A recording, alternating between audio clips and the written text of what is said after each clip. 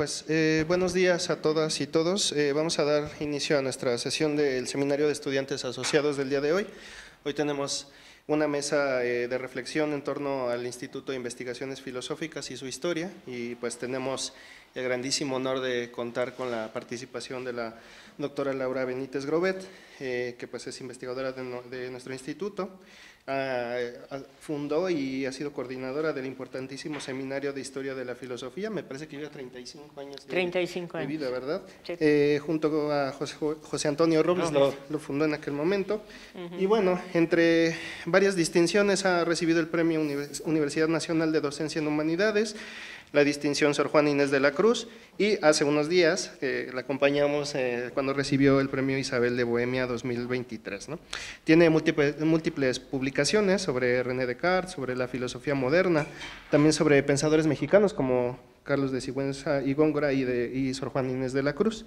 Y bueno, nada más por mencionar un par de cosas de su amplia producción, pues tiene un par de libros que me parecen muy interesantes, que es El mundo en René Descartes y también La idea de historia en Carlos de Sigüenza y Góngora. Y bueno, pues le cedemos la palabra a la doctora para que pueda comenzar su charla. Muchas gracias, pues muy buenos días. Bueno, yo estoy muy contenta de estar aquí con ustedes, la verdad, y espero que lo que voy a comentarles les parezca de interés. La verdad es que se trata de un texto que escribí ya hace algún tiempo, pero que creo que vale la pena retomarlo en este momento, que es La filosofía, los filósofos y el Instituto de Investigaciones Filosóficas en su 70 aniversario. Y eso está pues publicado en Dianoyer. Entonces allí en algún momento, si les interesa, pues lo pueden encontrar. Bueno, en este documento lo que realmente se recogen son los momentos que considero más importantes en el desarrollo histórico del Instituto de Investigaciones Filosóficas de nuestra universidad. Y dividí este recorrido en 3 etapas: los orígenes, la consolidación institucional y la expansión, lo cual permite adentrarse pues, en los propósitos, las líneas directrices, los avances y las metas logradas, y poner especial atención en los fundadores de esta institución, así como en el clima intelectual en que surgió. Se ha procurado pues seguir las propuestas de los diversos directores y el impulso que dieron al desarrollo del instituto con importantes programas académicos, abriendo nuevas rutas a la investigación, la docencia, los programas editoriales y el incesante crecimiento de la Biblioteca Eduardo García Maínez. En suma, pues se ha querido plasmar la importancia de la comunidad filosófica activa y vigorosa, cuya labor es reconocida por otras comunidades filosóficas dentro y fuera de nuestro país. Así que, bueno, pues ese es como un poco el resumen. A modo de introducción, pues quiero decirles que, como toda realidad histórica humana, las instituciones, aun cuando aparentan tener un derrotero propio y definido, una especie de destino manifiesto, no son en el fondo sino la suma de los sueños, los esfuerzos y la creatividad de todos los que de ella forman parte.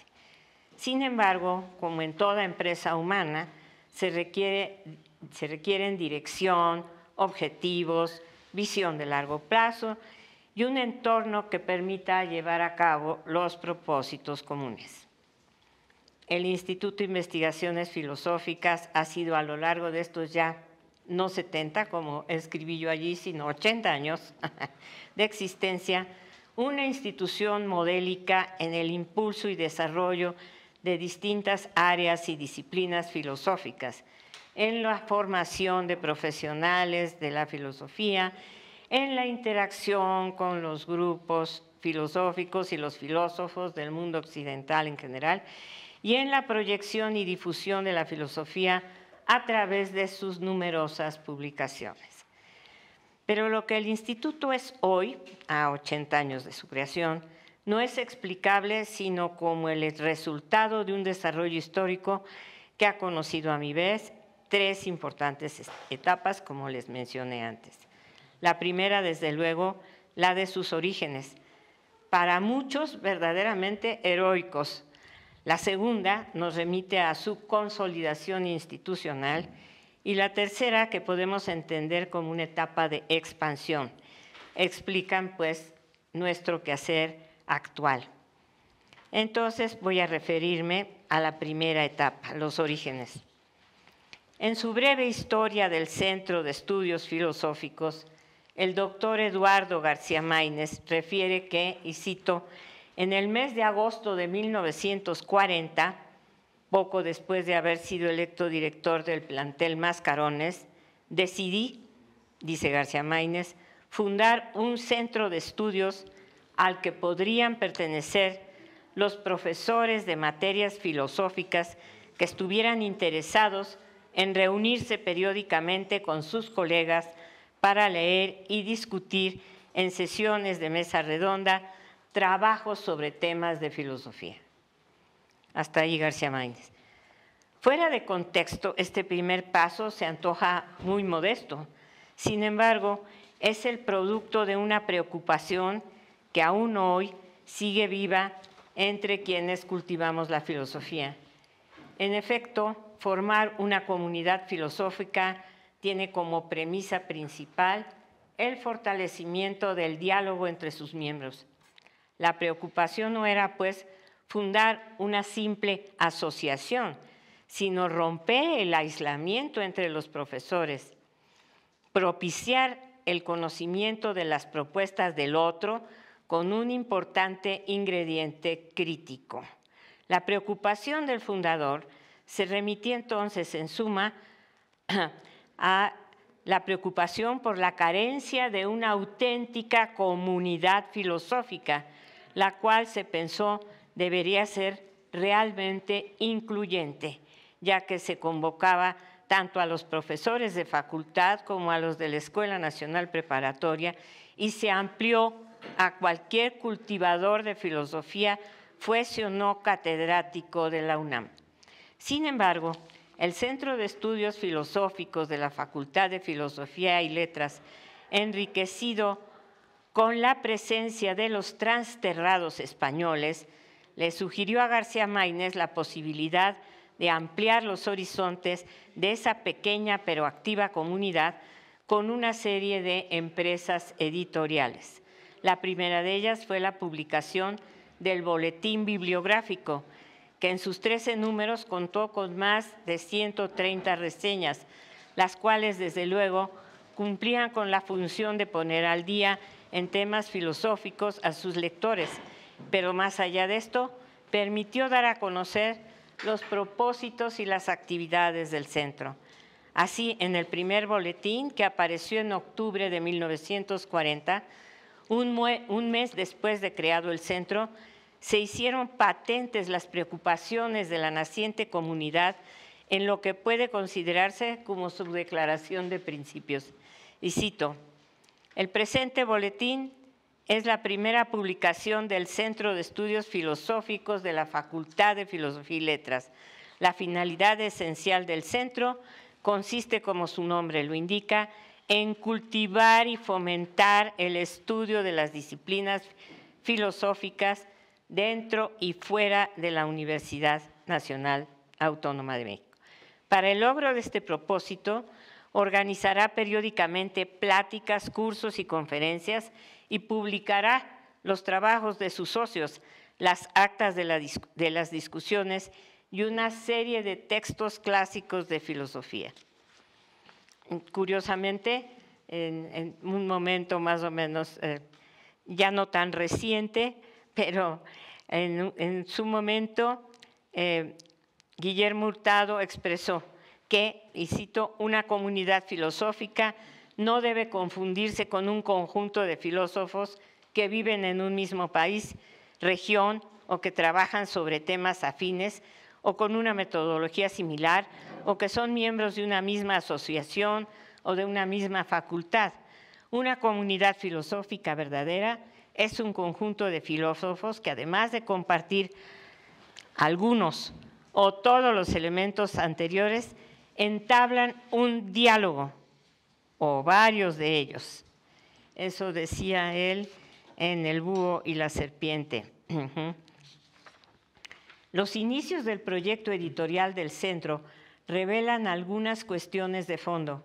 En efecto, mientras que las palabras habladas se las lleva el viento, así decía, el diálogo escrito compromete a los autores con sus ideas, con la formulación precisa de su pensamiento.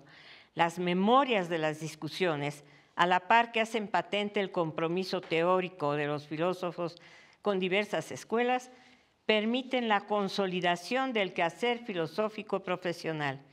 Este reforzamiento del quehacer filosófico no quedaría completo sin la publicación de los trabajos producidos por los miembros y discutidos en el centro. Sin embargo, como no contaba con una revista propia, muchos de ellos fueron publicados en la revista Filosofía y Letras, órgano de la facultad, que el propio García Maínez había echado a andar desde fines de los años 40, y de la cual dirigió 43 números de los 69 que comprende. Al respecto, él comenta: si me he detenido en hablar de filosofía y letras, pese a que no era una publicación del centro, sino un órgano de la facultad, ello se debe a que, como lo revela la lista de sus colaboradores, estos fueron en buena parte las mismas personas que dieron vida a nuestra sociedad e hicieron posible, especialmente entre 1940 y 1945, realizar las tareas iniciadas cuando tuve el honor de dirigir la Escuela de Mascarones. Pero el aliento, hasta allí García Maínez, pero el aliento para las empresas editoriales de García Maínez no solo se materializó en el boletín bibliográfico y en la revista Filosofía y Letras, sino que como subdirector de la Facultad de Filosofía en el 41, dio inicio tanto a la serie monografías filosóficas como a los textos clásicos de filosofía.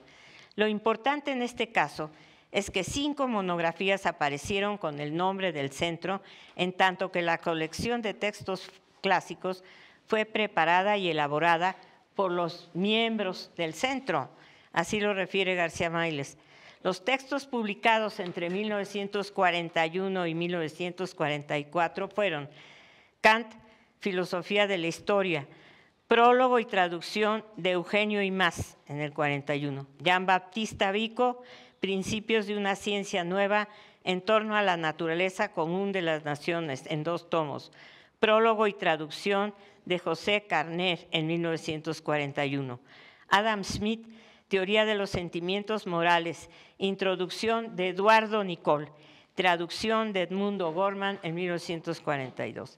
Edmundo Husserl, Meditaciones cartesianas, prólogo y traducción de José Gauss en 1942. Los presocráticos, 2 volúmenes, traducción y notas de Juan David García Vaca en 1944. El listado es revelador. En cuanto a la circunstancia histórica, el propio García Maínez reconoce el papel fundamental del grupo de maestros españoles, José Gauss, Eduardo Nicol, Luis Recasensiches, Juan Chirau, Eugenio Imaz y José Gallegos Rocaful, tanto en las empresas editoriales como en las actividades docentes y en el cultivo y difusión de las ideas filosóficas.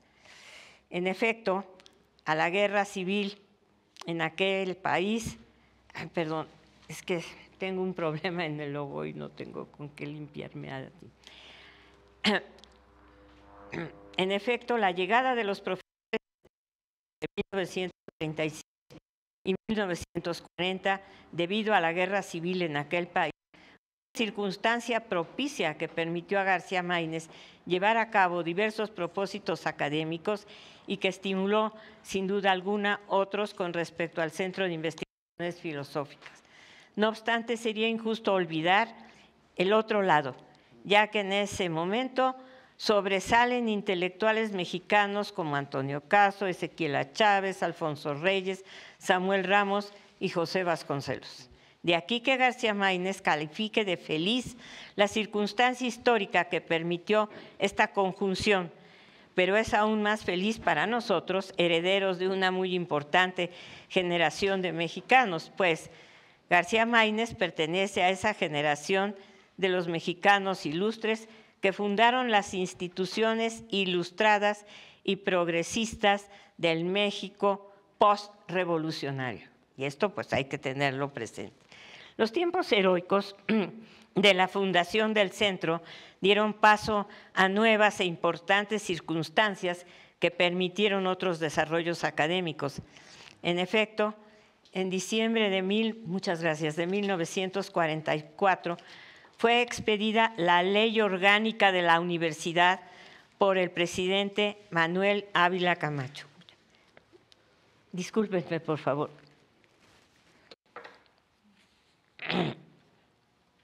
Y en 1945, el Centro de Estudios Filosóficos fue elevado a la categoría de Instituto Autónomo, cuyo director fue el propio García Máinez.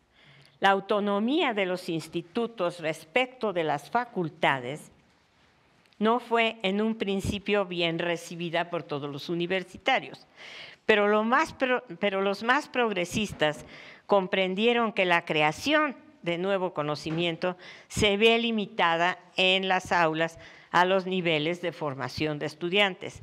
Por tal razón, considero que este fue un momento clave en el desarrollo institucional de los futuros institutos de investigación que surgieron en un inicio a partir tanto de las facultades de humanidades como de la Facultad de Ciencias. Por ello puede decirse que la perspectiva de García Máinez era privilegiada, pues encarnaba las preocupaciones de la Escuela de Altos Estudios que él conocía ampliamente. Si la idea era formar profesionales de la filosofía, investigadores competentes en sus distintas disciplinas, lo primero era contar con un programa de becas, ojo, que permitiera a los estudiantes y profesores capaces de adquirir una formación de alto nivel. Por otra parte, siendo la investigación tarea prioritaria de un instituto, el otro objetivo inmediato fue la adquisición de libros y revistas. Así, desde su planteamiento original, el Instituto de Investigaciones Filosóficas nació con el doble derrotero de formar profesionales estudiosos de la filosofía y crear una biblioteca especializada en esos temas. A la consolidación de jure del instituto hubo de añadirse la de facto. En efecto, a partir de 1945, el centro contó con un presupuesto modesto pero propio, que junto con otros subsidios permitieron que entre el 45 y el 47 se pudieran otorgar 8 becas y se publicara una colección de 5 títulos originales de Nicole, Fuentes Mares, Sea Arroyo y el propio García Máinez. Para 1948, el instituto contaba ya con un reglamento de trabajo que evidenciaba sus objetivos, los cuales sin duda han marcado su rumbo y su desarrollo. Desde el primer artículo se advierte cómo se recogen las tareas sustantivas de la universidad: docencia, investigación y difusión cultural. Realizar dentro de la universidad y fomentar en todo el país los trabajos de investigación en materias filosóficas, así como dar a conocer tales trabajos por medio de mesas redondas, conferencias, publicaciones, seminarios o cursos especiales, eran pues los derroteros de García Máinez. Asimismo, se hizo claro que las relaciones de colaboración e intercambio entre pares nacionales y extranjeros urgían la elaboración de un directorio filosófico para no permanecer como una comunidad aislada. Desde luego, se reiteró la necesidad de formar la biblioteca y una hemeroteca especializada en filosofía, pero lo que más llama la atención es que esta naciente comunidad se vio a sí misma en perspectiva histórica y por ello considero fundamental el estudio histórico de la filosofía mexicana, pues al desconocer los antecedentes del pasado, se corre el riesgo de perder el rumbo hacia el futuro. En 1947 se contó en el presupuesto con el rubro de becas, lo que permitió que de allí a 1953 el centro pudiera otorgar 19 becas de estudio, puesto que no había dinero para tener investigadores de planta, todavía no existían. Al mismo tiempo, la propia universidad se encargó de la impresión de las publicaciones del centro, que de 1947 a 51 se dio a la tarea de realizar diversos homenajes a Antonio Caso, a Cervantes, a Goethe, etcétera, así como la conmemoración del 4º centenario de la fundación de la Real y Pontificia Universidad de México. Pero bueno, vamos a una segunda parte, ¿no? Porque estos apenas son los inicios, pero ustedes me dicen dónde me detengo. Por mí, querida Laura, estamos aprendiendo mucho, adelante. Todo. En el año, muchas gracias, Ambrosio.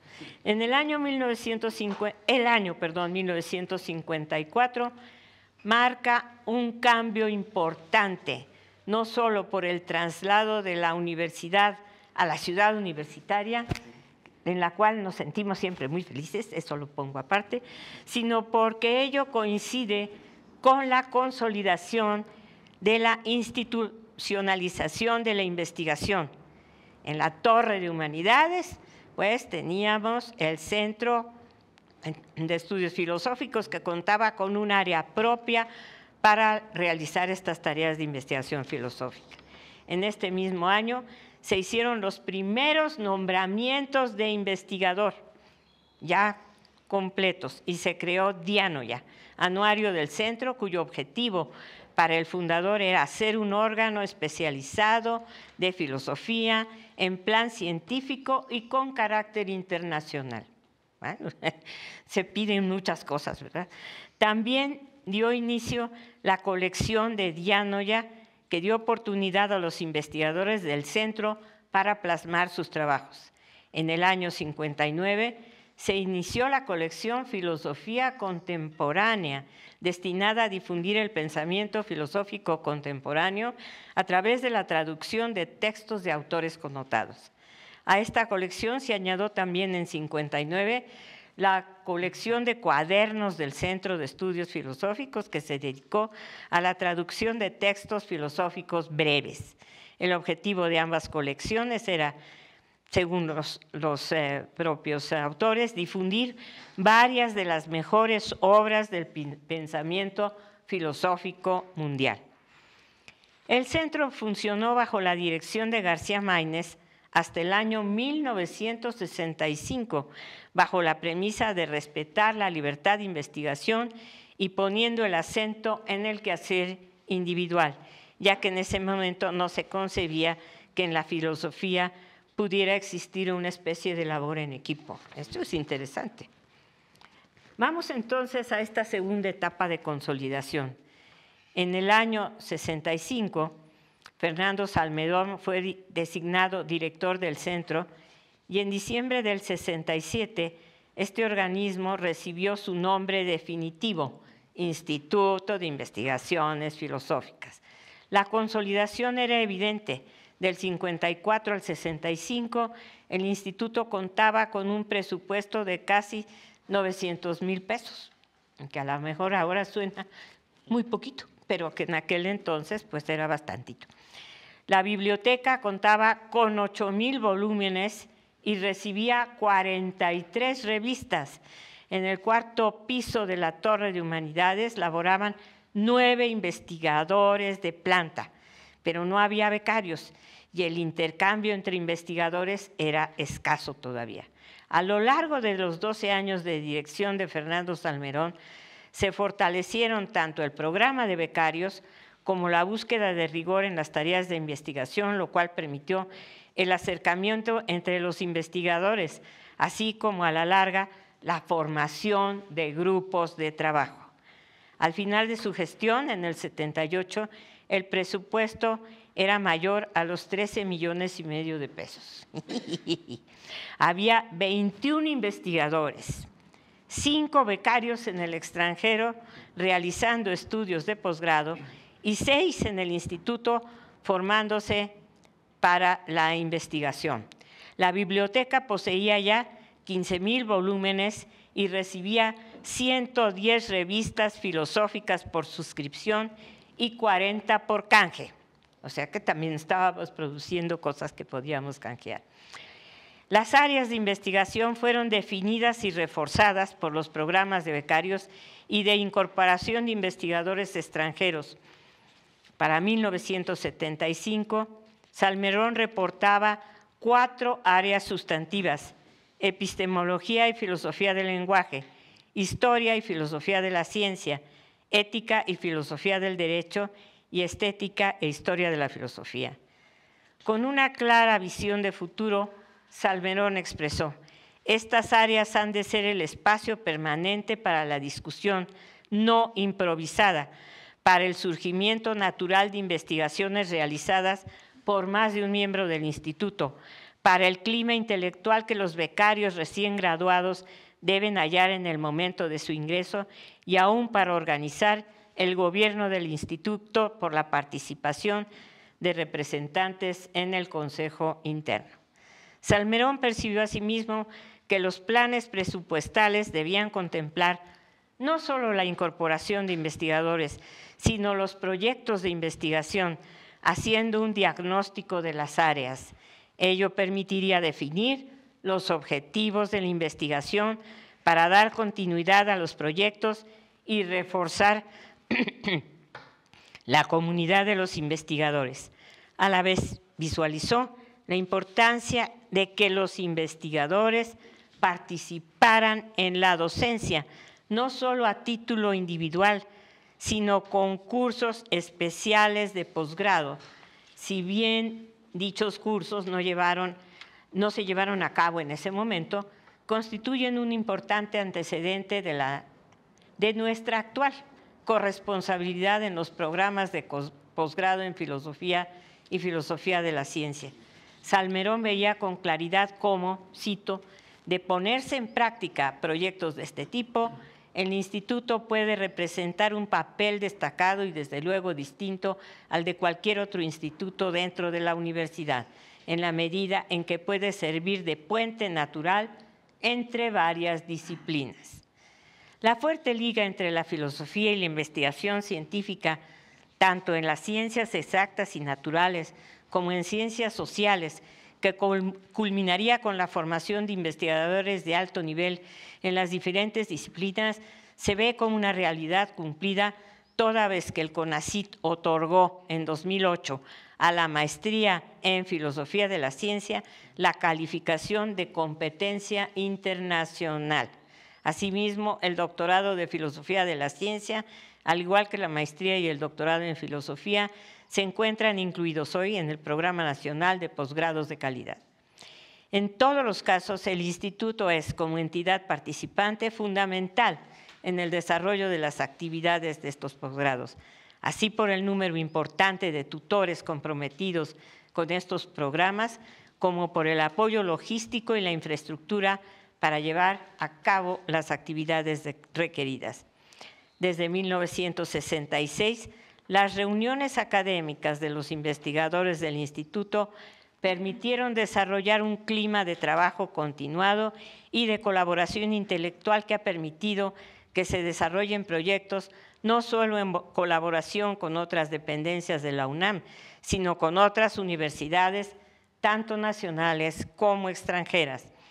Entre 1966 y 77 se registraron 3 importantes reuniones académicas y un seminario especializado que constituyó la punta de lanza del área de filosofía de la ciencia, auspiciada por Mario Bunge, Mario Otero y Ulises Mulines en 1977.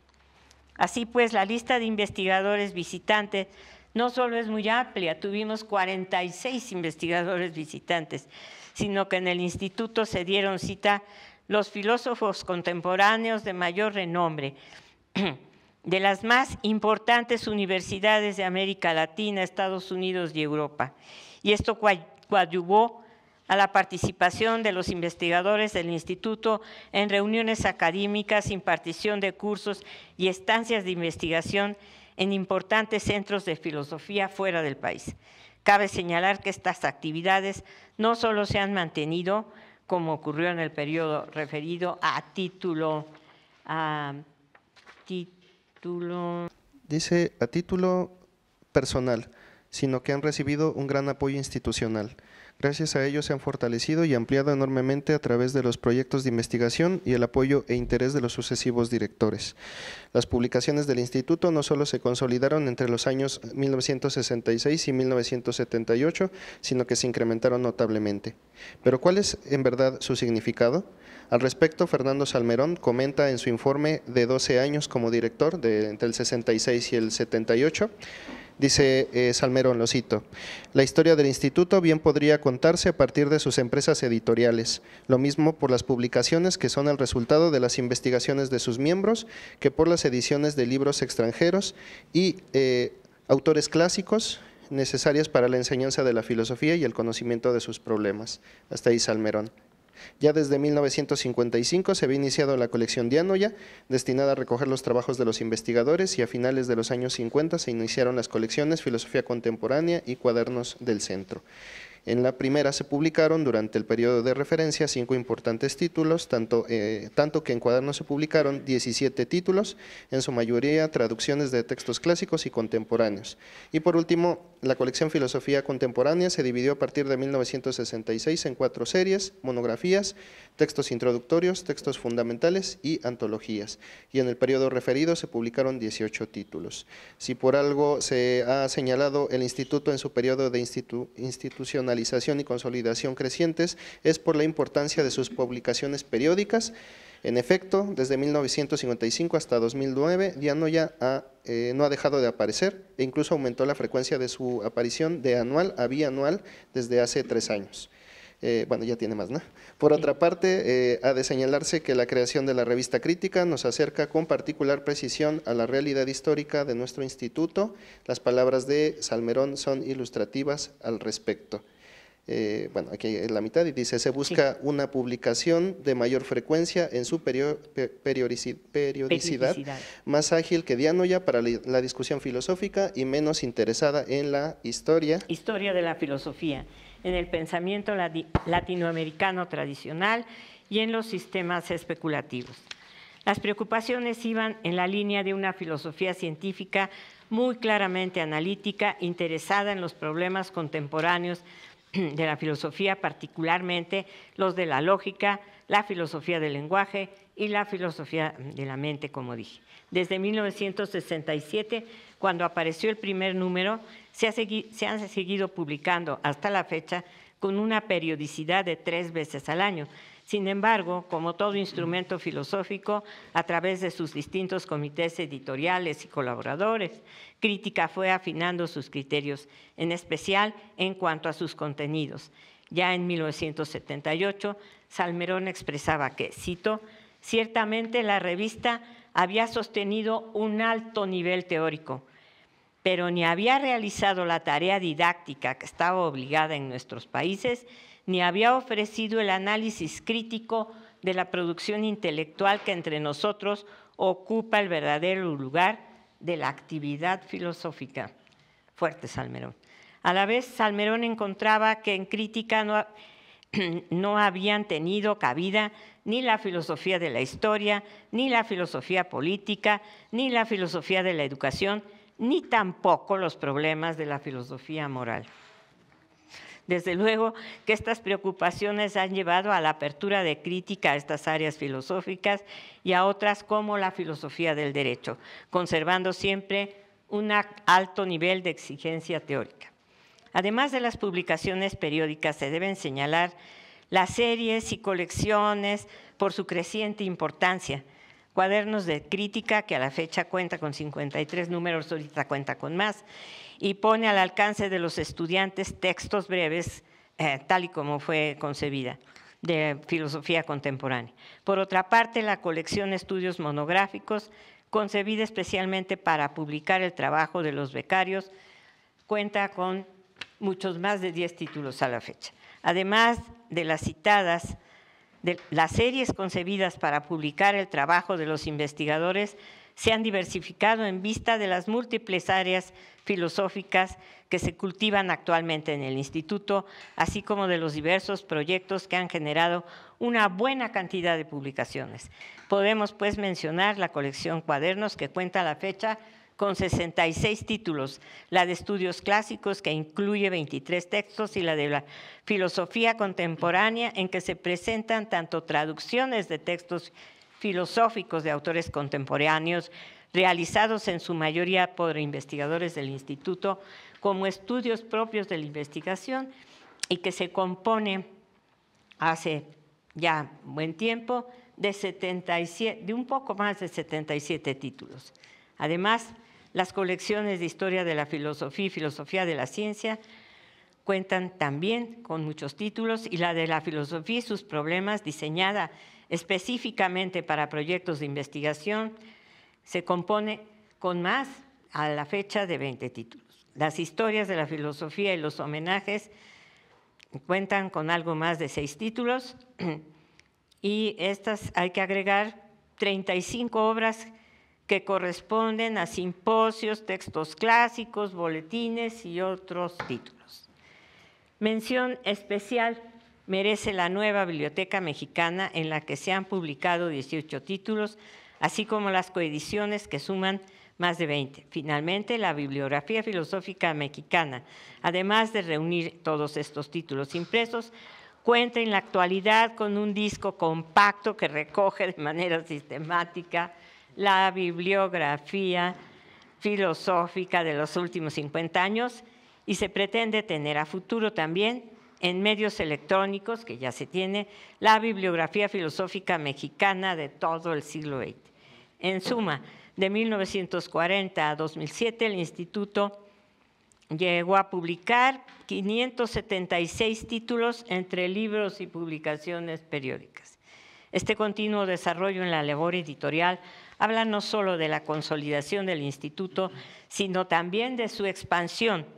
En efecto, si bien a la generación del doctor Salmerón le tocó consolidar la vida académica y mantener la continuidad de los programas editoriales, de becarios, de visitantes y de estancias de investigación, las siguientes generaciones han buscado la expansión del Instituto en todos los niveles, desde los nuevos espacios físicos, siempre en reaprovechamiento y remodelación, hasta nuevos y variados programas y de diversificación de las fuentes de financiamiento para proyectos de investigación y nuevos modelos y plazas de enseñanza. Bueno, hasta aquí lo voy a dejar. Todavía hay una tercera etapa, que es ya la tercera etapa de la expansión, pero esas se las dejo a ustedes para que sigan la lectura. Ahorita, pues, me pongo a su disposición para que ustedes, si tienen alguna pregunta, pues la hagan. Muchas gracias. Muchas gracias.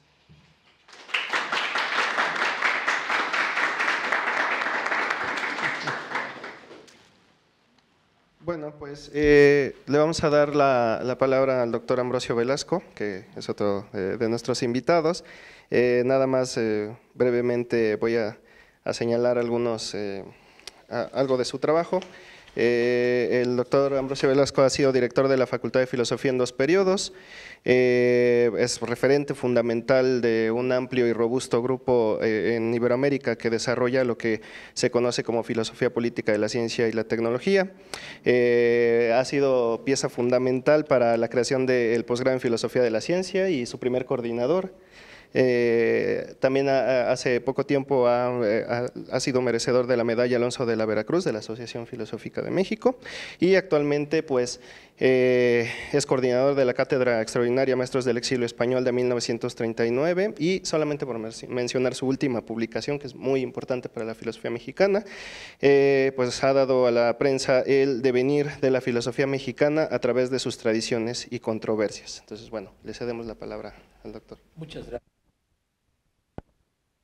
Agradezco a Aurelia, a César, a Astrid, que son los coordinadores de este seminario. Las coordinadoras, como es mayoría, yo sigo la regla de si son mayoría hablo en femenino. Si, ¿perdón? Que yo no coordino, yo vengo de visita. No habla en femenino, está bien. Ok, entonces me metes en un aprieto. Bien, gracias. Bueno, muchas gracias por la invitación a quienes organizan este seminario. Y bueno, pues ha sido espléndida la reconstrucción, la historia del instituto que ha hecho nuestra querida investigadora emérita Laura Benítez. Y no tengo objeción a esa, pero tengo una interpretación distinta, muy distinta. Es decir, es optimista. No estoy diciendo que sea incorrecta en lo absoluto. Yo quiero presentar como la otra cara de la moneda, ¿no? de la historia del instituto, sobre todo visto no desde el instituto, sino fuera desde el instituto. Pues claro, pues si fui director 8 años de la facultad, de ahí, digamos, estoy en Nepantla, ¿no? Y eso da ciertas, como dice esa maravillosa descripción de Yara Yeguren, ¿no? Respecto a Sor Juana. Nació en Nepantla y vivió en Nepantla, ¿no? Entonces, esta idea, Yara Yeguren en su Biblioteca Mexicana, es una publicación que inicia, es importantísima, es la primera historia de la filosofía mexicana, del humanismo mexicano, ¿no? La primera, y es impresionantemente rica, ¿no? Se quedó trunca, pero y esto es aparte muy importante porque tiene que ver con el carácter de la Universidad de México, en la real y ya pontificia, no desde el principio, de ser la constructora de una ilustración propia en contra de la ilustración eurocéntrica. Y recomiendo muchísimo esta obra, la Biblioteca Mexicana. Fíjense que no es novohispana, es mexicana, que se inicia hacia 1740 y se publica hacia 1765 más o menos. Una obra clave. Y entonces ahí decía de Sor Juana que siempre vivió en Nepantla, pues está entre dos volcanes, uno escupe fuego y otro con glaciares, etc., que es la misma metáfora, por cierto, del positivismo lógico, de la concepción científica del mundo, ¿no? Las frías laderas y las ardientes entrañas del volcán. Bueno, entonces todo esto tiene que ver con el otro lado, o más bien desde Nepantla, ¿no? Ha sido espléndida la reconstrucción histórica. Y sí, voy a reducirlo, ¿no? Se crea en 40 como todo lo que digo histórico ya lo dijo con mucho mayor precisión y puntualidad Laura, ¿no?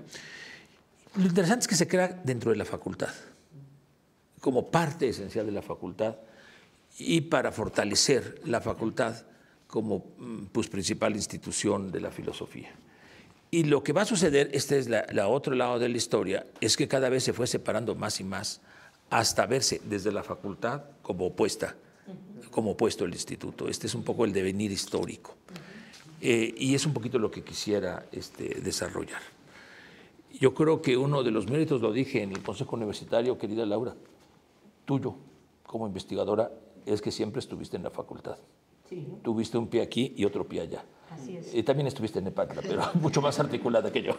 Que digamos, pasé muchísimo tiempo en la facultad y tuve también nombramientos ahí de distintas cosas. Estuve al frente del SUA, estuve en la coordinación de filosofía. ¿De investigación? Sí, y estuve en la coordinación de investigación de la facultad. Entonces, no es que yo ignore eso, es que me concentré, digamos, en el instituto, y que es muy interesante porque yo no pretendía, digamos, entrar o no entrar al instituto, simplemente alguien me llamó y me dijo, ¿no quieres venir a ser secretaria académica? Pero dinos quién, Luis Villoro. No fue Luis Villoro,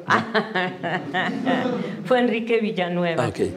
Entonces me dijo que si no quería yo entrar al instituto y yo le dije, pero es que yo toda mi vida la he pasado en la facultad, como que no veo cómo puedo ingresar allí como secretaria académica, se me hace un poquito exótico, ¿no? Entonces él dijo, no, tú vente para acá, que vas a ver otra cosa, que no sé qué. Entonces, y yo seguía teniendo mis resquemores. Entonces se me ocurrió una idea loca. Le dije, bueno, si usted acepta, por en ese momento todavía le hablaba de usted, si usted acepta que yo le haga algunas, digamos, advertencias sobre el reglamento del instituto, pues a lo mejor sí me vengo por acá, ¿no? Entonces me dijo, ¿cuáles? Le dije, bueno, pues es que como que de repente no dejan entrar a los estudiantes a la biblioteca, y la biblioteca es de la UNAM, no del instituto. Entonces, ¿por qué no los dejan entrar? Tienen que hacer allí algo para que los jóvenes puedan entrar a la biblioteca del instituto. Y le dije, y además no me gusta que rápidamente los especializan en lógica y ni siquiera han terminado de ver la historia de la filosofía, o sea, ni siquiera conocen a... Entonces me dijo, bueno, lo voy a pensar, nos vemos en una semana. Dije, bueno, pues a lo mejor ya ni me habla, ¿no? Entonces me habló en una semana y me dijo que efectivamente lo iba a meter en el reglamento del instituto, que no se podía especializar a la gente tan rápidamente, sin haber tenido, digamos, una amplia cultura filosófica, ¿no? Entonces, no fue así tan salido, ¿no? Sí, aquí me dediqué a estudiar eso porque contaba yo con el material y pues muy bien. fue muy bueno, ¿no? Poder tener todo el material a mano, pero la verdad es que, bueno, tenía yo también mis preocupaciones al respecto. Pero bueno, como lo puso en el reglamento, pues ya me vine al instituto. Ahora, fue muy bueno, por supuesto que fue muy bueno, porque en la facultad eran muy pocas las posibilidades que uno tenía, tanto para lanzarse a la investigación por cuenta propia como para también ir a universidades extranjeras, esto y lo otro. Eso lo tuve gracias al instituto, también lo tengo que decir, porque en la facultad eso era enormemente limitado, por no decir casi inexistente. Entonces, claro. Pero sí, evidentemente eso me ayudó muchísimo y me promovió y, bueno, como me conocen. Pero no, lo que quería es justo que comentaras algo, tu otro yo, como dicen en la facultad, que ha sido también muy importante.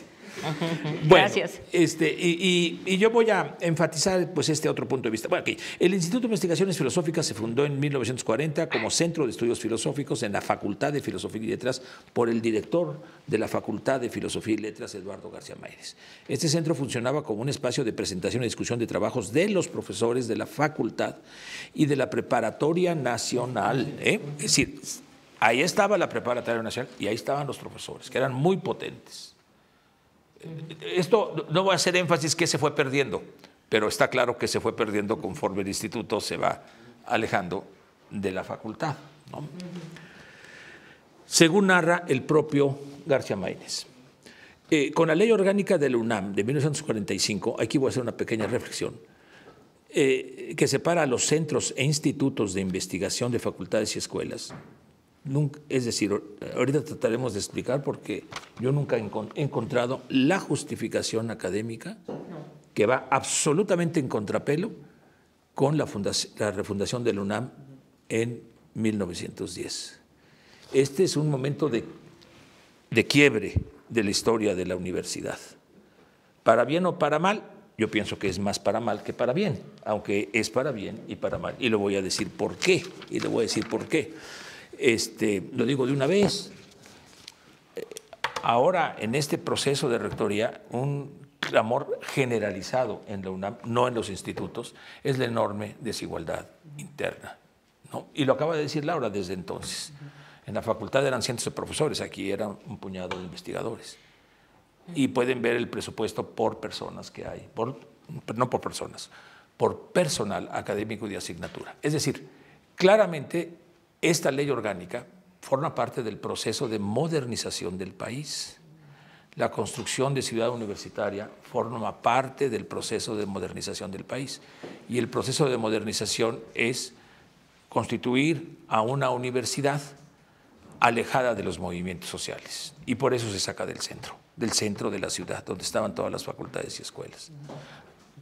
En 54 había llanos todo alrededor de la universidad, era como un oasis, ¿verdad? Tengo un trabajo sobre eso, sobre este periodo de la modernización de la universidad. Entonces, de hecho, la Ley Orgánica de 45 se propone esta separación y una división de funciones. Docencia, que siempre pregonó el doctor Salmerón, ahí en las facultades. Su función no es crear nuevo conocimiento, investigación acá. Y un problema grave pues, fue la separación también entre investigación y docencia, es uno de los saldos negativos. Afortunadamente, la facultad siguió desarrollando investigación muy importante y afortunadamente también el instituto, sobre todo con los posgrados y con el posgrado de Filosofía de la Ciencia. Pero estoy viendo aquí los asegúnes, ¿no? de este proceso de separación entre facultades e institutos. Sigo un poquito. Con esta ley que separa los centros de institutos de investigación de las facultades, el Centro de Estudios Filosóficos, ya lo dijo claramente, se independizó de la facultad. Su primer director fue el propio doctor García Maínez. Pese a su separación de la facultad, el centro mantuvo una intensa colaboración. Sí, yo creo que todo está muy bien, gana autonomía, pero sigue vinculado estrechamente a la facultad. Pese a su separación de la… Ya mencionó las publicaciones que se producen. Las primeras publicaciones son fundamentalmente de maestros del exilio republicano español, de maestros del exilio, casi todas. Imaz, Gauss, García Vaca, ¿no? Y sigue siendo el núcleo central. Y además mencionaste las publicaciones del aniversario de 1951, ¿no? Que es 4 siglos de fundación de la Real, que no pontificia. La universidad no es pontificia, están agarrados de la greña el emperador y el papa en el momento de la fundación, ya es posteriormente que se convierte en pontificia, de la Real Universidad de México. Si vemos las publicaciones, todas son de filosofía mexicana. Está Miguel León Portilla, está Gallegos Rocaful, también un maestro del exilio republicano español, un historiador excelente de la filosofía mexicana. Su libro, El pensamiento mexicano siglo XVI y XVII, es un clásico que tiene que ser publicado y republicado. Y también, fíjense, es muy interesante, el proyecto de investigación que desarrolla Gauss en el instituto es precisamente un siglo de esplendor de la filosofía mexicana, que es un siglo de larga duración, como dice, ¿no? Abarca siglo XVII y siglo XVIII. Y entre ellos hay estudios filosóficos, tanto en Gauss como en García Maínez, interpretaciones y reconstrucciones filosóficas de temas que ha trabajado mucho también, que posteriormente trabajó la doctora Laura Benítez, Sigüenza y Góngora, sí, desde luego, porque el siglo de esplendor, ya me estoy entreteniendo, pero sí quiero hacer énfasis en qué tipo de investigaciones y trabajos, y ahorita voy a regresar a Laura también, desarrollan en los inicios este centro, fundamentalmente filosofía mexicana. Impulsado, desde luego, por Gauss, por Gallegos Rocaful, entre otros, y sus discípulos, Bernabé Navarro, nada más, Bernabé Navarro.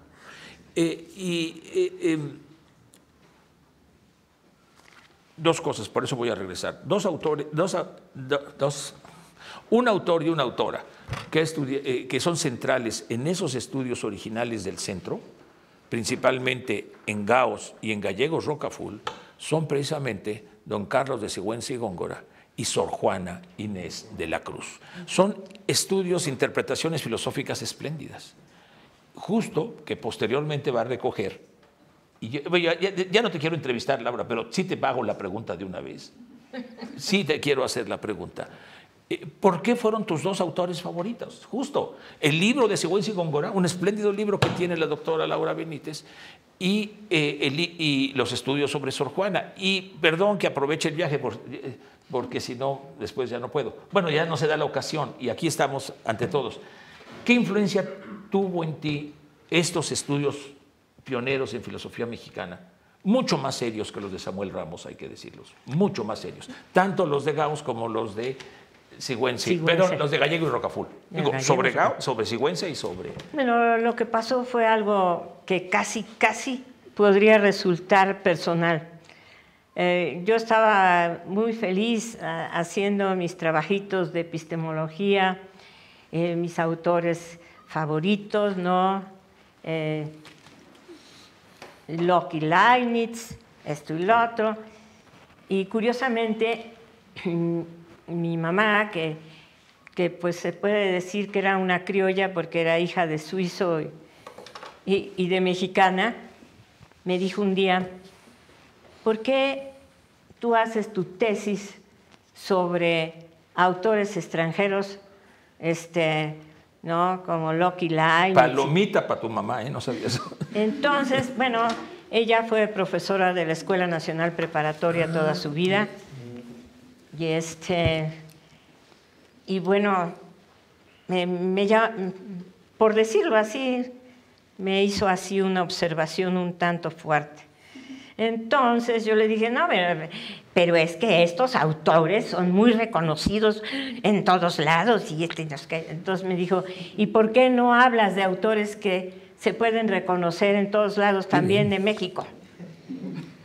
Y entonces yo dije: bueno, está bien. Posteriormente, porque yo ya tengo mi tesis de licenciatura y no la voy a cambiar.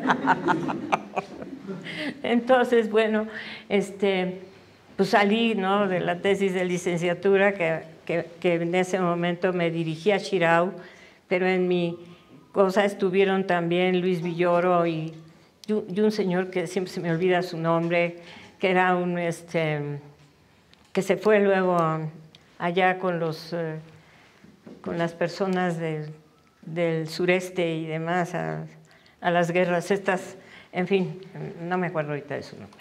Total, el caso es que ellos dijeron que les había complacido mucho, que estaba muy bien, que no sé qué, pero yo me quedé con aquella otra preocupación de por qué no me podía yo acercar a... Bueno, yo le decía a ella, es que no sé cuál es verdaderamente más importante, y dijo: no, pero eso te toca a ti decidirlo.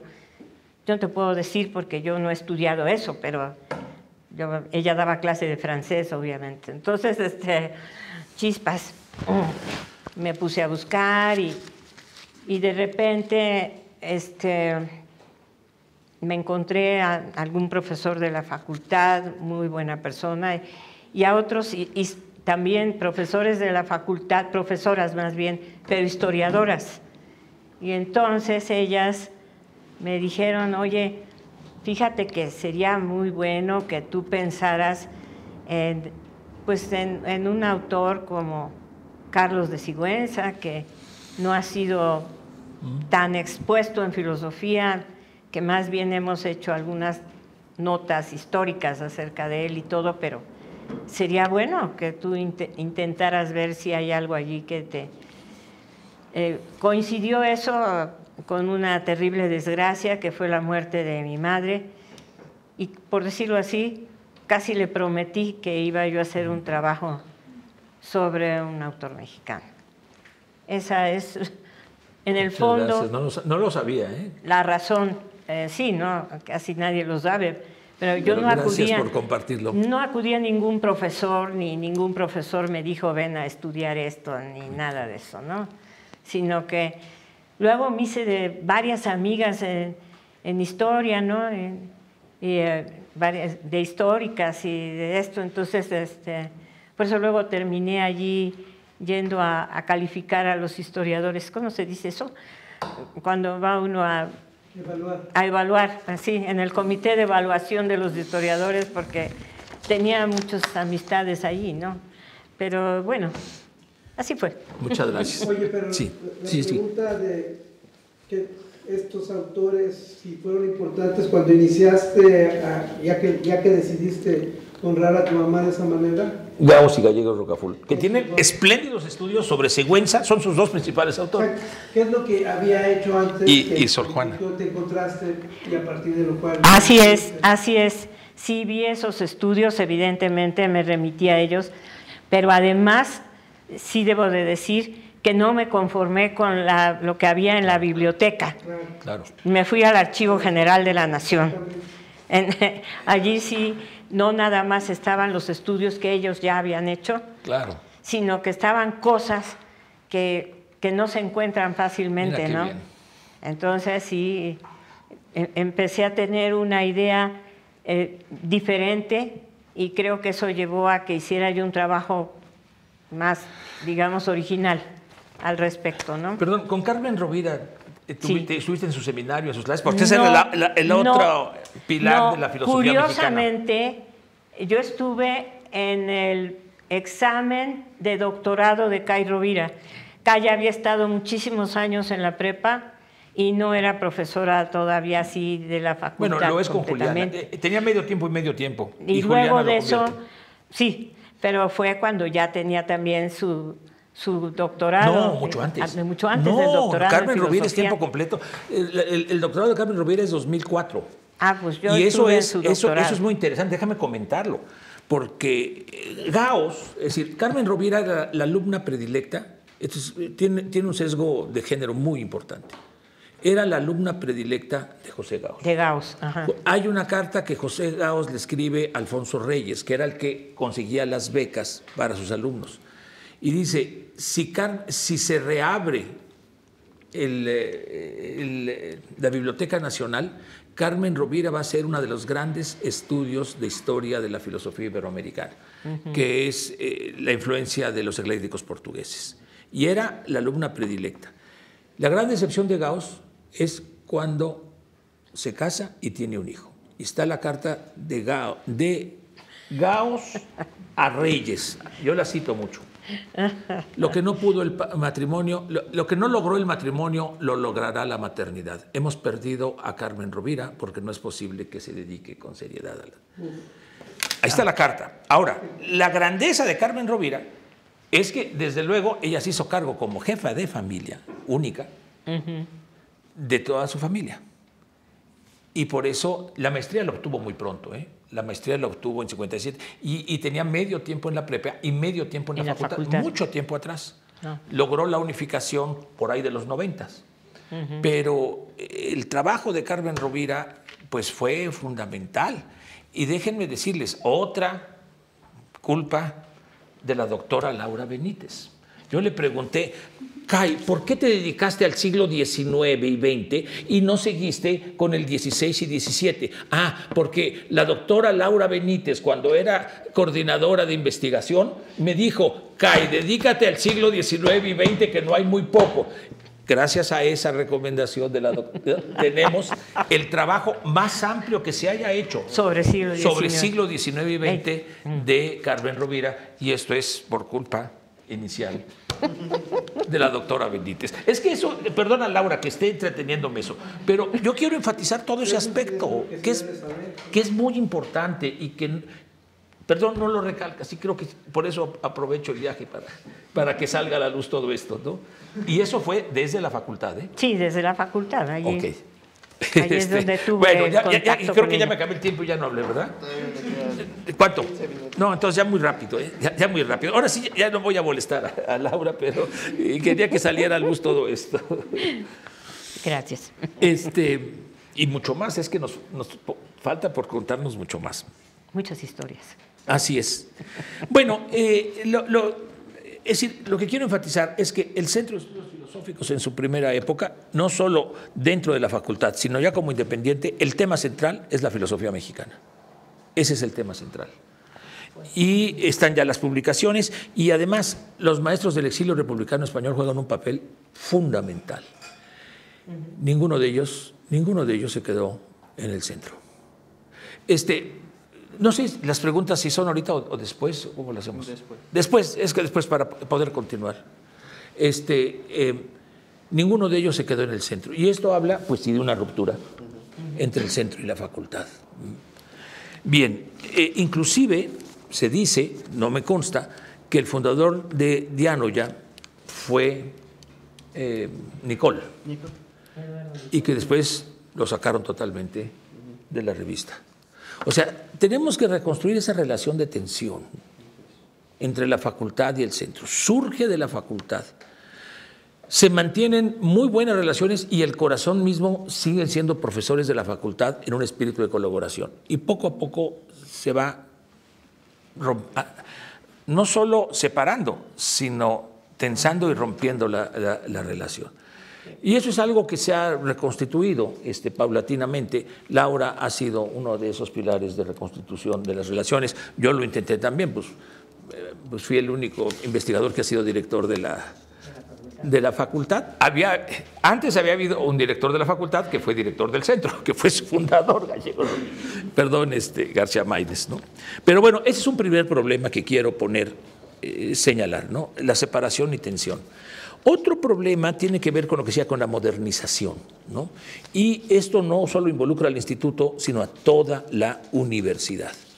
Es un proyecto justo que yo lo ubico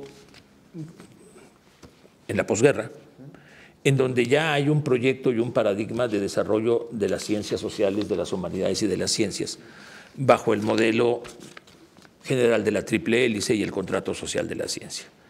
Y se trata de eso, de que las universidades produzcan profesionistas que hagan investigación de alto nivel, sobre todo útil para el desarrollo económico y social, y una investigación no social, no política, en el ámbito de las humanidades. Y las ciencias sociales corren el mismo derrotero. La Escuela Nacional de Ciencias Políticas y Sociales se crea como tal en 1950, separándose de la Facultad de Derecho. Y coincide con todo el impulso del paradigma conductista o positivista en las ciencias sociales, la politología moderna, cuyo finalidad principal es hacer una separación tajante entre la filosofía política y la ciencia política.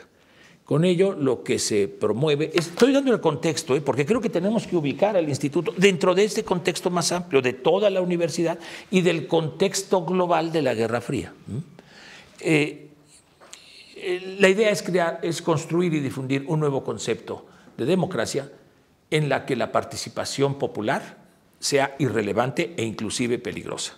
Eso se conoce con el nombre de las teorías revisionistas de la democracia o las teorías reduccionistas o las teorías de mercado de la democracia. El principal crítico de estas teorías, como director de la Facultad de Ciencias Políticas y Sociales, fue don Pablo González Casanova. En un clásico, yo creo que el libro de ciencia política más importante que se ha escrito en México, La democracia en México, que escribió en 63.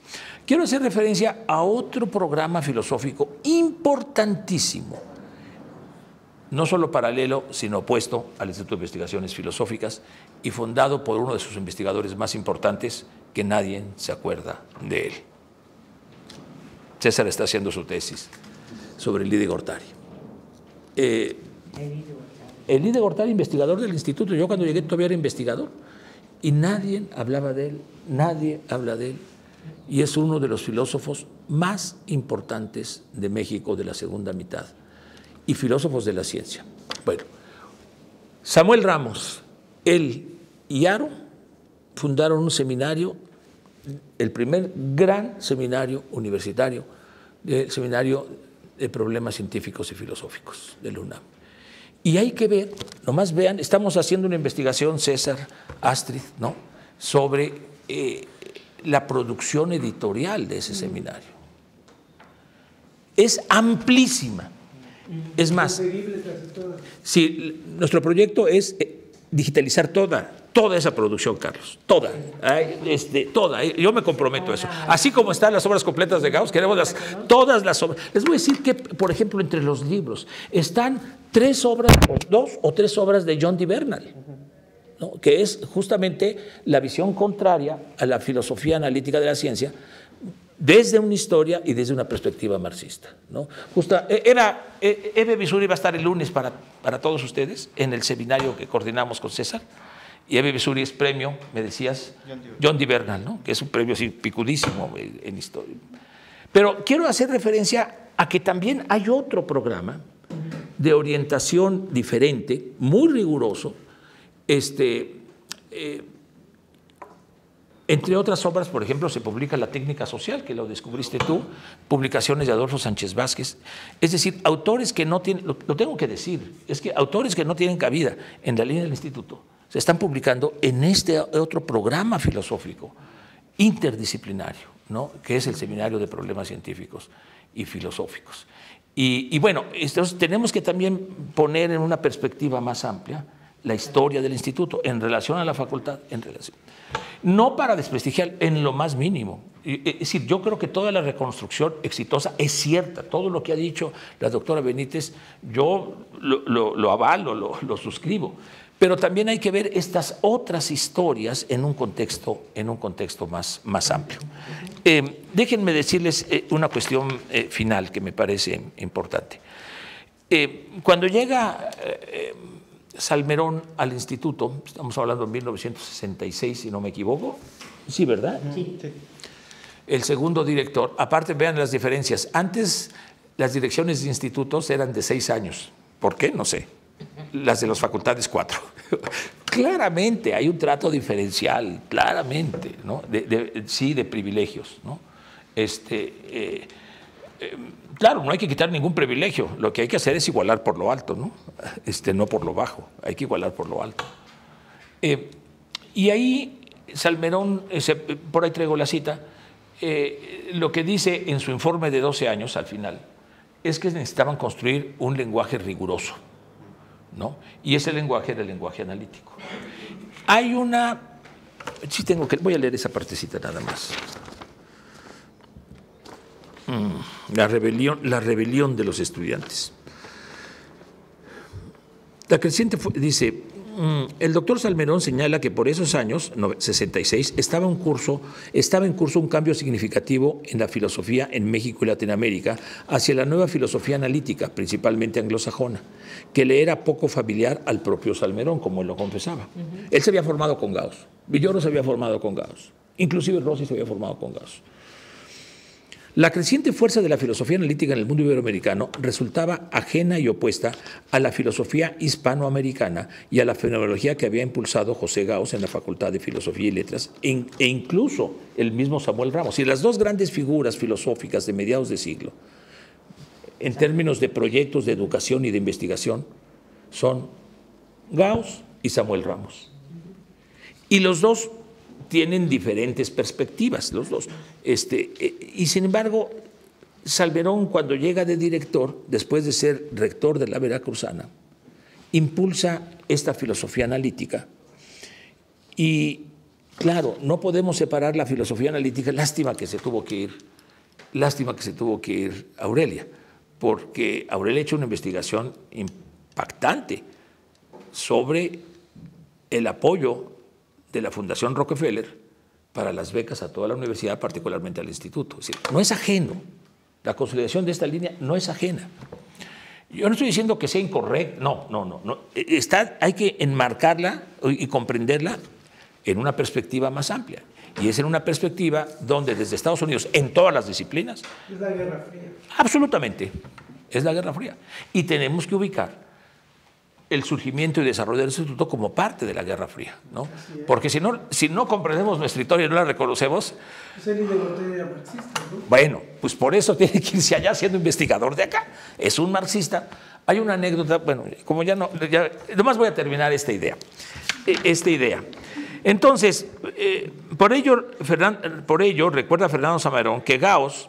Recuerda el mismo Fernando Salmerón que Gauss con ironía se refería a los nuevos aires de la filosofía analítica como la rebelión de sus discípulos. 3 de sus principales discípulos se rebelan contra él, inclusive Luis Villoro utiliza esta expresión: ya no podemos reconocernos en el farragoso lenguaje de José Gauss. Siempre lo reconoció como maestro, pero esa es la rebelión de sus discípulos. Se agarró otro patín. Creo que fueron 2 de sus discípulos nada más los que siguieron. Uno fue Bernabé Navarro, hay que decirlo, porque me lo decía Bernabé, seguramente lo dijo a ti, aquí no aprecian mi trabajo sobre Alonso de la Veracruz, aquí no aprecian. Estaba haciendo unas traducciones impresionantes sobre la física especulatio, ¿no? Y no se apreciaba. Lo decía con dolor este gran investigador y profesor, también discípulo de Gauss, poco reconocido en el instituto, que fue Bernabé Navarro, ¿no? ¿Cuándo se le hizo un homenaje por última vez? Creo que lo único que le hicimos fue, ¿te acuerdas ese librito? Es un librito que sacamos, que creo que Laura y José Antonio y yo impulsamos. ¿Cuándo se le hizo? Cuando murió, mano. Él era nuestro, por decirlo así, estaba en el mismo piso que nosotros y platicábamos mucho con él y todo eso. Nos ayudaba a veces con nuestros latines que se nos engarrotaban. Según la opinión de don Antonio Gómez Robledo, que no era precisamente una persona que se distinguiera por su humildad intelectual, déjame decirlo así, llegó a decir, el mejor latinista que conozco en el mundo es Bernabé Navarro. Bernabé Navarro, sí, era muy bueno. Era un filósofo y filólogo impresionante. Extraordinario. Pero pues él andaba por otro camino, por otro rollo. Bueno, por la filosofía mexicana, y la otra es Carmen Rubira. Sigo. Sigue diciendo, entonces la rebelión lejana y opuesta a las tradiciones filosóficas hispanoamericanas que Gauss, Ramos, Caso y Vasconcelos habían impulsado en décadas previas, pero con capacidad para revolucionar la filosofía mexicana y latinoamericana, reconocía el propio Gauss. Es decir, esta filosofía se va a expandir en toda Latinoamérica. Y la pregunta es ¿lo más conveniente para México y Latinoamérica este giro que se está dando a nivel latinoamericano dentro de la Guerra Fría?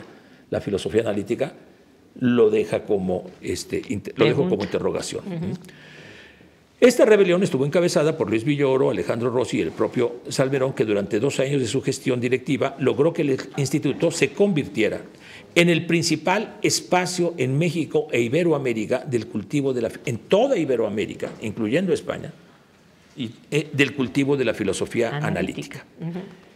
Y cito a Salmerón, que alcanza desde una cierta manera de ver los problemas de la filosofía de la ciencia y los desarrollos de la lógica moderna hasta la consideración filosófica del lenguaje y el análisis conceptual propiamente dicho. Este es el núcleo, ¿no? Que podemos decir. Filosofía de la ciencia, lógica, filosofía del lenguaje y análisis conceptual. No está, como bien lo señaló Laura, la filosofía política, no está la ética, como el mismo Salmerón después. Ahora, hay una cuestión más. Los 3 impulsores de la filosofía analítica de México terminaron, quizás sea demasiado fuerte lo que voy a decir, a lo mejor no es la palabra adecuada, abjurando de ella, o por lo menos abandonándola. Sí, de alguna manera terminaron dejándolo. Radicalmente. Incluso el propio Salmerón, que al final fue el gran impulsor de la filosofía en español, en lengua española, de la filosofía de la cultura, regresó. Luis Villoro, pues sabemos también su giro radical, y Rossi se dedicó a la literatura, ¿no? Que era también un gran escritor, ¿no? Un gran escritor. Pero es interesante este abandono, ¿no? La pregunta es, ¿qué faltó a ese proyecto para que pudiera tener éxito, aceptación, difusión, relevancia social? Porque ya en lo que nos leyó Laura, el propio Salmerón hacía una crítica a su propio proyecto, ¿no? No tiene una proyección en educación, no trata problemas. Creo que esto lo intentó rehacer, más que esa es otra parte de la historia que ya no me da tiempo, que es la gestión de Salmerón como rector general de la UAM Iztapalapa y la creación del posgrado de Filosofía de la Ciencia por parte de Luis Villoro y Salmerón en la UAM Iztapalapa, donde estudiamos, entre otras personas, Ana Rosa en la primera generación, Carlos y yo en la segunda generación. Ahí, que tenía claramente una línea analítica, pues lo digo, ¿Y León Oliver? no contaban con la astucia de León Oliver. León Oliver nadie lo conocía. Él regresa de Oxford con un doctorado y lo fichan, ¿no? Vente a coordinar acá a la UAM el posgrado de filosofía de las... pero León ya traía otro patín. Desde luego, sí incluyendo la filosofía analítica, pero mucho más amplio. Ahí estudiamos temas de realismo, de hermenéutica, de historia de la ciencia. Traía una visión muy amplia de la filosofía de la ciencia, incluyendo la filosofía analítica. Y además, León tuvo yo creo que ese ha sido uno de los grandes éxitos del instituto, ¿no? Tuvo la capacidad de juntar a muchos profesores. El grueso de los profesores eran del instituto en ese posgrado, querido Carlos. Y te les voy a decir quiénes. Ulises Molines, Orayen, Carlos Pereda, Elia Nathan, ¿no?, en Historia de la Ciencia. Es decir, el primer posgrado del instituto está en la UAM, porque el grueso de los profesores de Filosofía de la Ciencia. Pero fue ahí ya otra visión, ¿no? Quiero terminar, ya no extenderme sobre esto y sobre todo otro aspecto muy exitoso del instituto, que creo que es el posgrado de Filosofía de la Ciencia, sin duda, ¿no? Que fue principalmente una creación del instituto, ¿no?, al cual se integró a la facultad, pero fundamentalmente del instituto, ¿no? Pero quiero terminar con esto.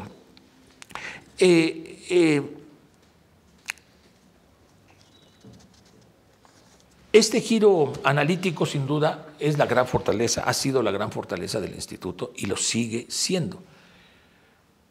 Pero también hay que ver qué es lo que ha quedado fuera, cuáles son los problemas que se han generado y cómo puede preservarse esa fortaleza superando, pues, los saldos negativos, ¿no? Y cómo puede la filosofía analítica. Déjenme decirles, hay un artículo que les recomiendo mucho de Luis Villoro que se llama La filosofía en 1980. Está dentro del perfil de México en 1980, todos los principales especialistas, y Luis Villoro dice ahí, nomás, hay dos futuros para la filosofía en México, la analítica y el marxismo. El marxismo que está pensando él es el marxismo althuseriano, es el marxismo cientificista. Ahí tuvo una polémica intensa con nuestro admirado Sánchez Vázquez, ¿no?, que ciertamente conocía el marxismo más que Luis Villoro, y le dijo, Luis Villoro, tú tienes una versión muy parcial, es cierta, pero no puedes reducir al Marx al capital, ¿no?, como lo hace Althusser. Una discusión interesantísima. Bueno, ya no me expando más, simplemente pues pongo esta otra, porque ya lo dijo todo Laura, además, yo simplemente problematizo o pongo cuestionamientos sobre en interrogaciones, progreso del instituto y los retos que enfrentan. Si quieres lo dejo ahí, muchas gracias.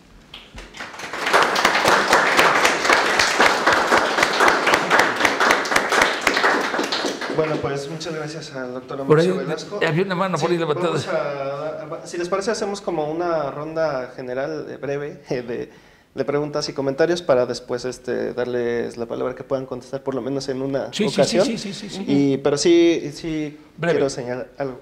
Y es muy importante reconstruir estas dos rutas de la historia de la filosofía mexicana, me parece, porque, por ejemplo, algo de lo que también se ha olvidado es que hay una ruta de la filosofía de la ciencia trabajada desde principios de los años 50 y es anterior a la del instituto y no por eso opuesta, ¿no? También hay un espíritu que intenta relacionar ciencia y filosofía, ¿no? Y los grandes iniciadores de este proceso son García Maínez y Elie de Guattari, entre otros, ¿no? Entonces es importante recuperar a los fundadores justamente de nuestro instituto. Entonces, bueno, les cedo la palabra para una ronda y ahorita le damos la palabra a los ponentes.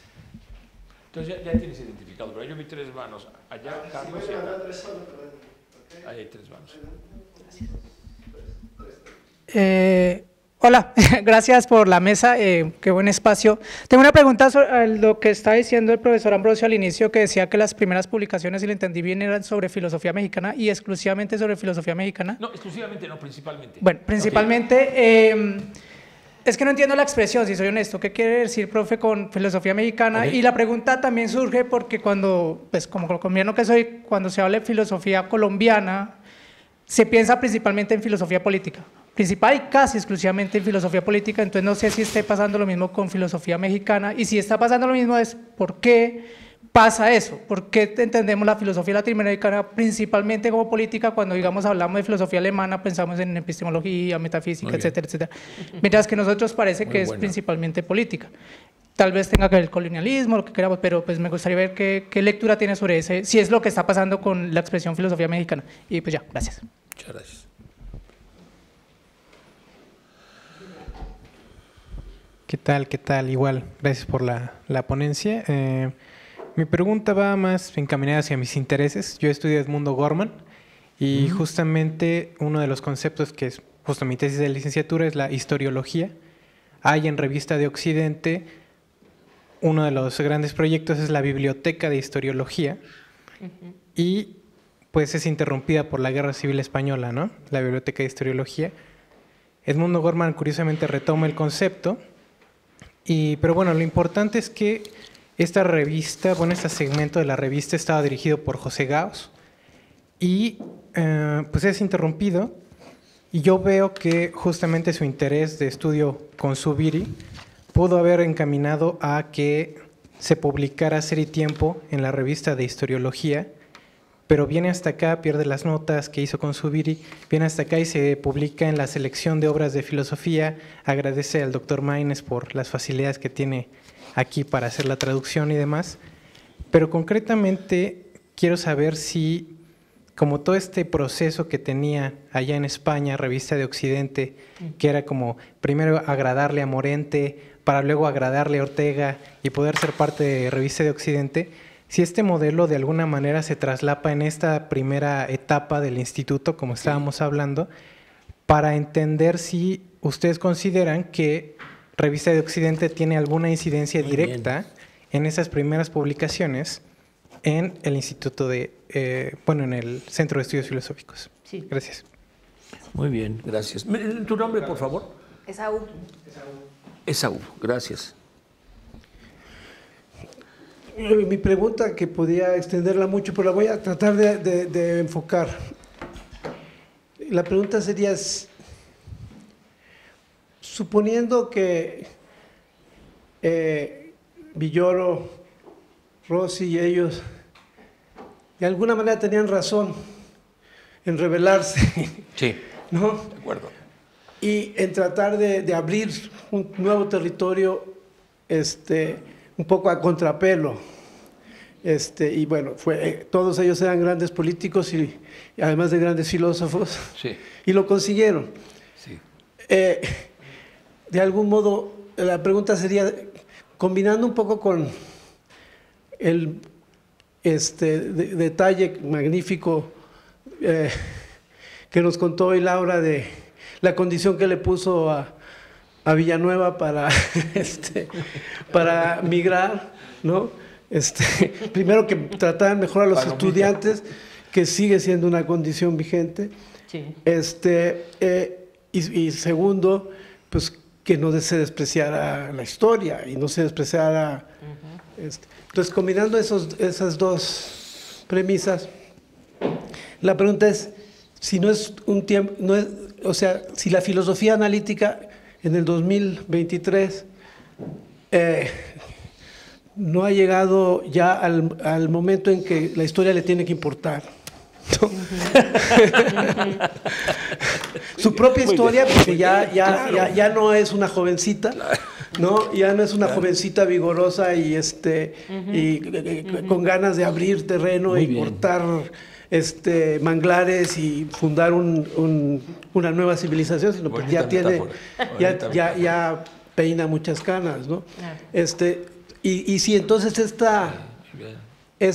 porque un poco también toda la queja de la exclusión de todo un tipo de filosofía de la ciencia en la tradición analítica, pues coincidió con el giro historicista que trataron de echar para afuera de manera imposible, porque era una avalancha imparable desde los 80 para acá, y que León Olivier justamente siempre se dio cuenta que no se podía seguir siendo un lógico, matemático, analítico, lingüista y purista, ¿no? Entonces la pregunta es si ya llegó el momento en que ya no podemos ser analíticos a históricos, y entonces si eso es algo que tenemos que empezar a discutir en este instituto. Por favor. Nada más. Bueno, Laura. pues tenemos unos Muy bien, Carlos. por favor, doctora. Sí, bueno, en mi opinión sí. Ahí tienes absolutamente toda la razón.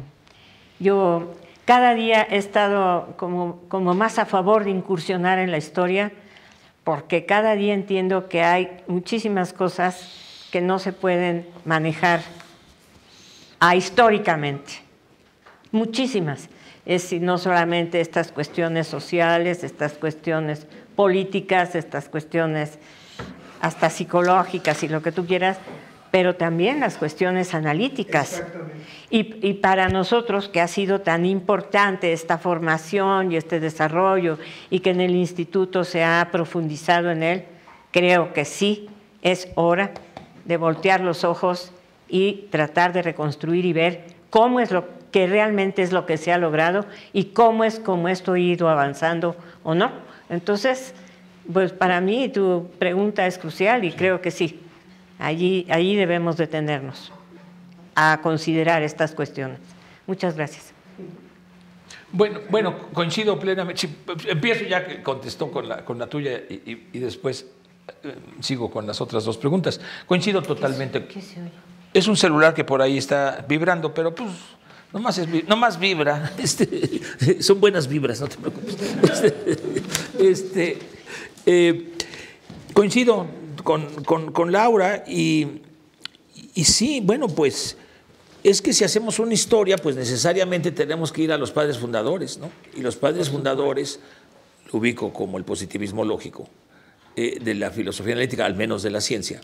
Pero también, pues, retoman de Russell y el mismo Russell, ¿no? Y el mismo Whitehead. Es que todos fueron filósofos analíticos de amplias horizontes, de amplias miras, ¿no? Y igual se preocuparon por hacer filosofía de la cultura, filosofía política, ética. Es decir, era una filosofía analítica de muy amplias miras. No sé si se logra articular, ese es otro asunto, ¿no? Si son como Kant, ¿no? El Kant de las tres críticas y el Kant cuando ¿cómo se dice? ¿Se suelta el chongo? Se suelta el pelo, ¿verdad? Se suelta el chongo, ¿no? Entonces es maravilloso, ¿no? El Kant último que es de ilustración, el conflicto de las facultades. Bueno, es que dice, no es posible que este cuate escribiera la crítica, la tortuosa. Crítica de la razón pura. Crítica de la razón pura. Tiene una pluma maravillosa, Kant, ¿no? En la ilustración, y en el otro es una tortura. No estoy diciendo que no haya que sufrir, que hay que torturar. Hay que torturarse también con la filosofía, no estoy negando. Pero sí, yo creo que es necesario, Carlos. Es más, yo diría que la filosofía analítica, para que siga teniendo relevancia, tiene que recuperar su amplitud de miras, y en eso, y en parte, está el reflexionar sobre su historia y el reflexionar sobre sus presupuestos y consecuencias políticas. Quien yo he visto que hace ese trabajo es Molines, ¿no? Es Ulises Molines, sin duda. Pero fíjate que también cómo se le aventaron a la yugular a Ulises cuando defendió el nacionalismo, no el vasco, sino el catalán, ¿no? A la yugular, en España a la yugular se le aventaron a Ulises Molines, ¿no? Ahora que hubo un homenaje a Ulises en Argentina, pues presenté justamente un trabajo sobre, y creo que lo he convencido a Ulises, sobre la filosofía política de la ciencia de Ulises Molines. Y sí, en general lo acepta, pero es justo cuando empieza a incursionar en la filosofía política Molines, cuando realmente tiene mucha amplitud. Perdón que cuente algunas anécdotas. Es que, y voy a decir una palabrota, bueno, ¿cabrón es palabrota? Ya la dijiste. Gracias. Ya la dijiste. Bueno, no la voy a decir otra vez, nomás pregunté, era entre comillas.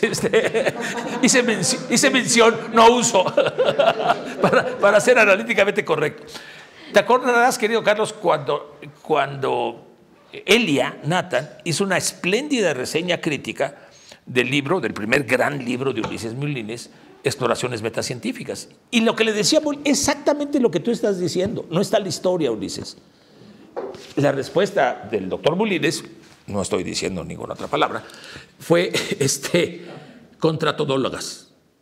¿Te acuerdas? Sí. Contratodólogas. O sea, Ulises en ese tiempo, 1982 creo que es el libro, seguía viendo, a ver, o te dedicas a esto o te dedicas a esto, pero no a las dos cosas. Es decir, en ese libro Ulises está justamente siguiendo lo que tú estás cuestionando, ¿no? Y por eso cuento la anécdota, ¿no?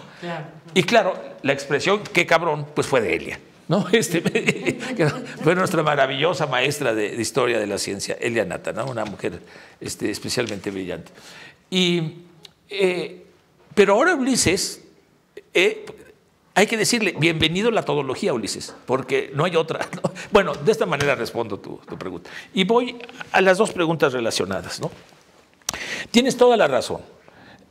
Bueno, primero, la filosofía mexicana es un concepto muy discutido. Gauss abiertamente plantea esa discusión y distingue entre filosofía en México y filosofía mexicana. Y la pregunta, porque la versión más predominante, la misma versión de Ramos, ¿no? Fíjate que no es historia de la filosofía mexicana, es historia de la filosofía en México. En cambio, nomás para contrastar, en el siglo XVIII, no es la biblioteca en México, es la biblioteca mexicana. La tesis de Gauss es que hay una historicidad del concepto filosofía mexicana. Y esa historicidad se ha perdido y hay que reconstruirla. Entonces, filosofía en México es todo lo que se estudia en México, que puede ser filosofía alemana, todo lo que se estudia en México. Filosofía mexicana es la que tiene ciertas características distintivas, no quiero llamar identidad, pero ciertas características distintivas. Y Gauss encuentra que las características distintivas de la filosofía mexicana son compartidas en general por la filosofía hispanoamericana. ¿Y cuáles son? Es principalmente ensayística. Ensayística, es ensayo, ¿no? Es ensayo, en donde el estilo literario es tan importante como el contenido filosófico. Por lo tanto, está descartando ahí que pueda haber, Luis ya nos corregirá, a lo mejor sí puede haber una filosofía analítica con estilo literario, posiblemente, no lo sé. Pero bueno, él lo ve como excluyente, ¿no? Tiene una proyección pedagógica, es decir, de ilustración, en el sentido kantiano de a todo el público y debe ser entendida por todo el público. Y además política, es decir, es inmanentista. Se compromete con las circunstancias, aquí está la herencia, ahí voy Ortega, la herencia del circunstancialismo de Ortega. No hay que olvidar que Gauss pues, es un discípulo destacado de Ortega, aunque políticamente en polos opuestos, ¿no? También a Ortega. Así la caracteriza.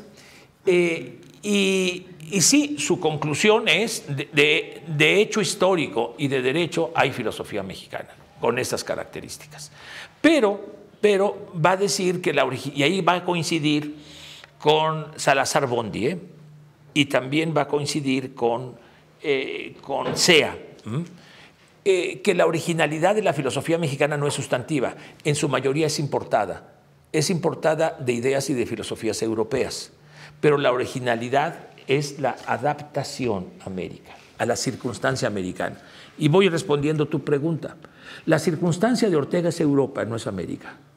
Hay una enorme diferencia. La circunstancia de Gauss es América, es México. Mientras que el futuro de España es Europa para Ortega, es sobre todo el Ortega Maduro, no el Ortega, no las mocedades de Ortega, sino el Ortega Maduro. Gauss, que se siente transterrado, y aquí es una situación existencial, no se siente desterrado, sino transterrado, es decir, trasplantado.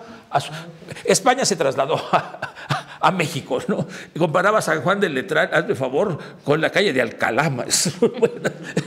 Ya se necesita ser muy hispanista para encontrar una analogía en eso. Pero entonces es diferente, el circunstancialismo de Gauss es diferente porque es un circunstancialismo americano. Gauss descubre en México una tradición de pensamiento hispanoamericano, republicano, emancipador, democrático que se había perdido en España y en Europa. Entonces me parece que si bien hay una continuidad, hay una gran diferencia. Y el siguiente paso que radicaliza, regreso ahorita finalmente no creas, nomás que aproveché, es que las tengo que ligar. El siguiente paso es Carmen Rovira, que le dice, qué poca originalidad, Gauss, que le concedes a la filosofía mexicana si simplemente es una importación adaptativa.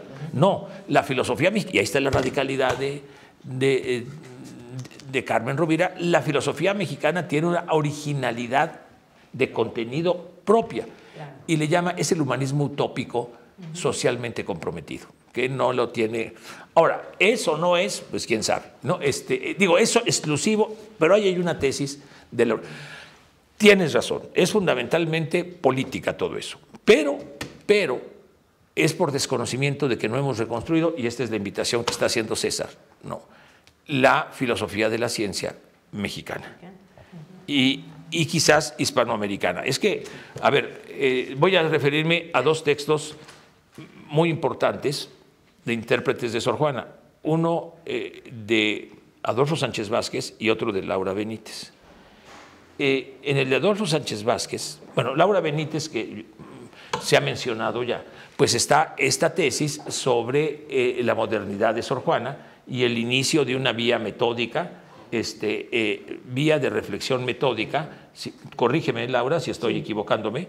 Y más o menos me equivoco. Tibio. A ver, tú dínolos en tus propios términos, en dos palabras. No lo tengo en este momento, bueno, pero lo que sí te digo es que transita de la vía de reflexión ontológica a la vía de reflexión epistemológica, no método, epistemológica, ¿no? Y ahí hay, pues, Adolfo Sánchez Vázquez también tiene un espléndido artículo que se llama El sueño metódico de Sor Juana. Y todo sobre el primer sueño. Hay que recordar, fíjense ustedes, Ramón Xirau tiene un libro entero sobre Sor Juana y llega a decir: el poema filosófico, epistémico más importante que se ha escrito en español y posiblemente en el mundo entero es Primero Sueño. Eso dice en su libro Ramón Xirau, ¿no? Es decir, sí está reconstruyendo allá en pleno siglo. ¿Y cuál es la originalidad? La crítica, en términos de Sor Juana, a las desmesuras de la razón, a la exagerada. Si dice Sor Juana, ya no recuerdo los versos, ¿no? Excesiva pretensión de la razón es quererlo conocerlo todo, ¿no? Gauss lo toma en el mal sentido de pobre Sor Juana, pues es que era monja, ¿no? Entonces no podía ser plenamente moderna. En cambio, Sánchez Vázquez dice no. Sor Juana no solo es una racionalista del nivel de Descartes, es más racionalista porque reconoce los límites de la razón. Esto que te estoy diciendo es el argumento, en otras perspectivas, de Neurath en su artículo de 1913, The Lost Wonders of Descartes and the Auxiliary Motives, en la que dice Neurath: Descartes es un pseudo-racionalista, y mete el término porque no reconoce los límites de la razón. ¿Qué quiero decir con esto? Que sí hay una filosofía mexicana en el ámbito de la epistemología y de la filosofía que no hemos estudiado. Y está desde el siglo, claramente ahí. Y si te vas al siglo XIX, pues otro tanto, ¿no? Y si te vas con Alzate, bueno, Carlos ha impulsado mucho, también César tiene un espléndido artículo sobre Alzate, ¿no? Y por culpa de Carlos, lo hice en tu curso, según me dice, ¿no? Que aparte no le pusiste 10, me dijo,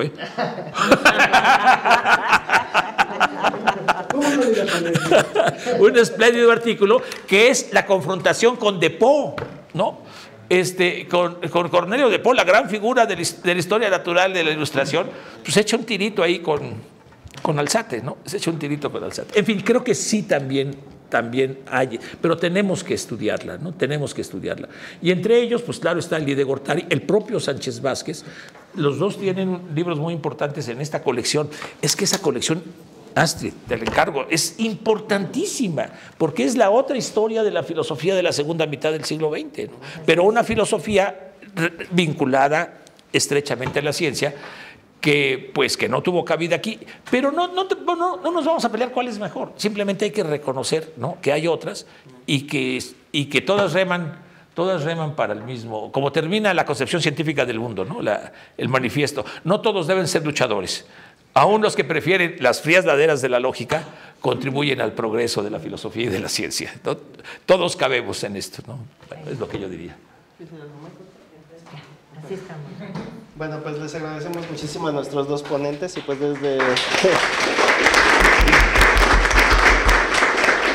desde este espacio vamos a intentar seguir impulsando estas reflexiones para seguir reconstruyendo nuestra historia.